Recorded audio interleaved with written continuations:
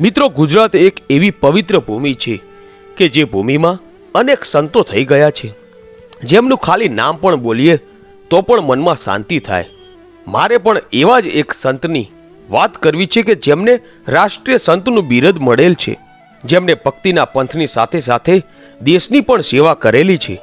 એવા જ સૌરાષ્ટ્રના સંત કે જેમનો આશ્રમ ભાવનગર પાસે બગદાણામાં આવેલો છે, જેમને ફક્ત ભારતમાં જ નહીં પણ આખી દુનિયાના લોકો જાણે છે, અને જેમના લીધે જ બગદાણા એક ધામ બની ગયું છે, જ્યાં લાખોની સંખ્યામાં ભાવિક ભક્તો પોતાની આસ્થા શ્રદ્ધા લઈને આવે છે. બાપા બજરંગદાસ બધાના જ દુઃખ મટાડે છે, જેમને લોકો બાપા સીતારામના હુલામણા નામથી ઓળખે છે. તો આવો મિત્રો જાણીએ પૂજ્ય બજરંગદાસ બાપાની સંપૂર્ણ જીવન કથા. આશરે ઈસવીસન 1906નું વર્ષ હતું. ભાવનગરના અધેવાડા ગામમાં હીરદાસજી અને શિવ કુંવરબા નામે રામાનંદી કુટુંબ રહેતું હતું. શિવ કુંવરબા સગર્ભા હતા ત્યારે તેઓ પિયર જતા હતા અને રસ્તામાં તેમને પ્રસવની પીડા ઉપડી. તે સમયે ત્યાં બાજુમાં ઝાંઝરિયા હનુમાનનું મંદિર હતું. આજુબાજુની બહેનો તેમને લઈને મંદિરની ઝૂંપડીમાં લઈ ગયા. હનુમાનજીની આરતીના ઝાલર રણકવા માંડ્યા અને એવા શુભ દિવસે એક બાળકનો જન્મ થયો. રામાનંદી સાધુ હોવાને કારણે નામ રાખ્યું ભક્તિરામ. નાનપણથી જ ભક્તિરામના મનમાં માતા પિતાના સંસ્કાર હતા. ખરેખર તેમનામાં નામ પ્રમાણે જ ગુણ હતા. એક સવારે ભક્તિરામ મોડે સુધી સૂઈ રહ્યા તો પિતા હીરદાસ અને માતા શિવ કુંવરબાએ આવીને જગાડ્યા અને જુએ છે તો તેમની બાજુમાં જાણે તેમનો દોસ્ત હોય તેમ એક સાપ પણ હતો. પછી એમને થયું કે જરૂર ભક્તિરામ શેષ નારાયણનો અવતાર હોવો જોઈએ.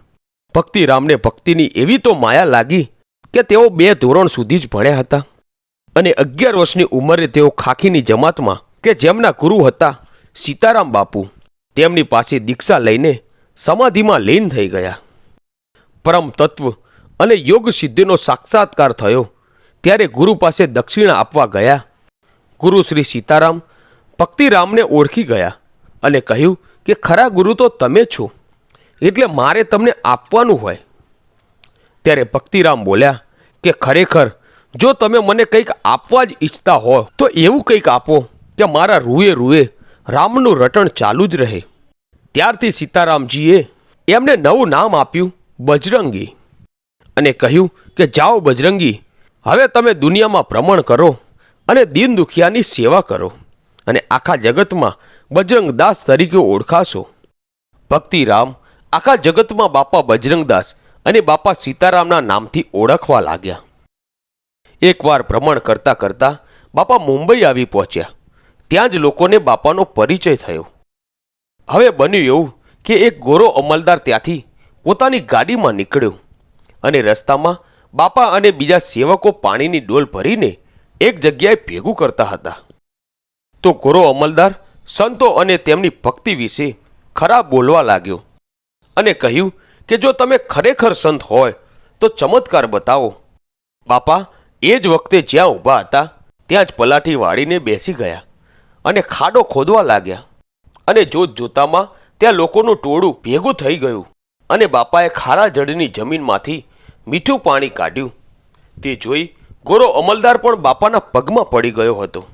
બાપા ગુરુજીની આજ્ઞાને પાલન કરવા માટે ભ્રમણ કરવા લાગ્યા અને એમનો પહેલો મુકામ થયો સુરત, જ્યાં તેઓ બેગમપુર સાવેરિયા રોડ પર આવેલા લક્ષ્મીનારાયણના મંદિરમાં રહ્યા. ત્યાંથી તેઓ ચાલતા ચાલતા હણોલ ગામે રણજીત હનુમાનજીના મંદિરમાં 7 વર્ષ રહ્યા. તેમના ભ્રમણ દરમિયાન તેઓ ભાવનગર જાડેજાને ત્યાં પણ ગયા હતા. ત્યાંથી તેઓ પાલીતાણા, જેસર અને કલમોદર ગયા. કલમોદર બાપા 3 વર્ષ રહ્યા.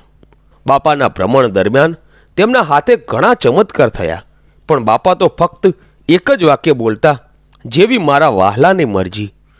ભ્રમણ કરતા કરતા બાપા બગદાણા આવ્યા ત્યારે તેમની ઉંમર હતી 41 વર્ષ. ત્યાં બાપાએ ત્રિવેણી સંગમ જોયો. બગદાણામાં બાપાને 5 મૂળ તત્વ જોવા મળ્યા: બગદાણા ગામ, બગડ નદી, બગડેશ્વર મહાદેવ, બગદામલ ઋષિ, બજરંગદાસ બાપા. પછી બાપા કાયમને માટે બગદાણામાં જ રહ્યા. બાપા 1941માં બગદાણા આવ્યા. 1951માં આશ્રમની સ્થાપના કરી 1959માં અન્ન ક્ષેત્ર ચાલુ કર્યું.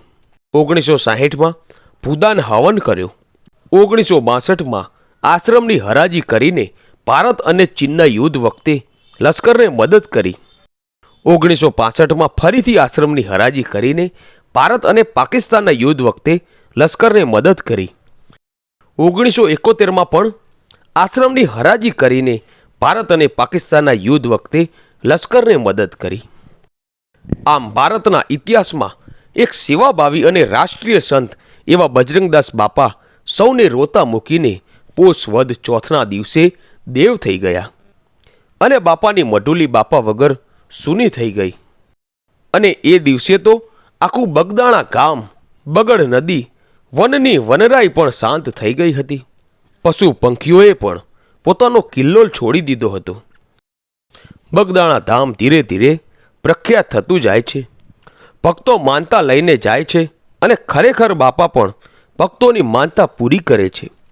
તો મિત્રો, તમે પણ બગદાણા આવીને બાપાના દર્શનનો અમૂલ્ય લાભો લેવા જરૂરથી પધારો.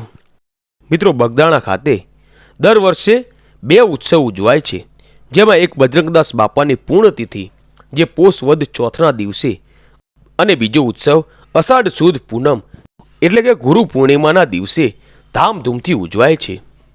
તો મિત્રો, આ તો પૂજ્ય બજરંગદાસ બાપાની સંપૂર્ણ જીવન કથાનો ઇતિહાસ.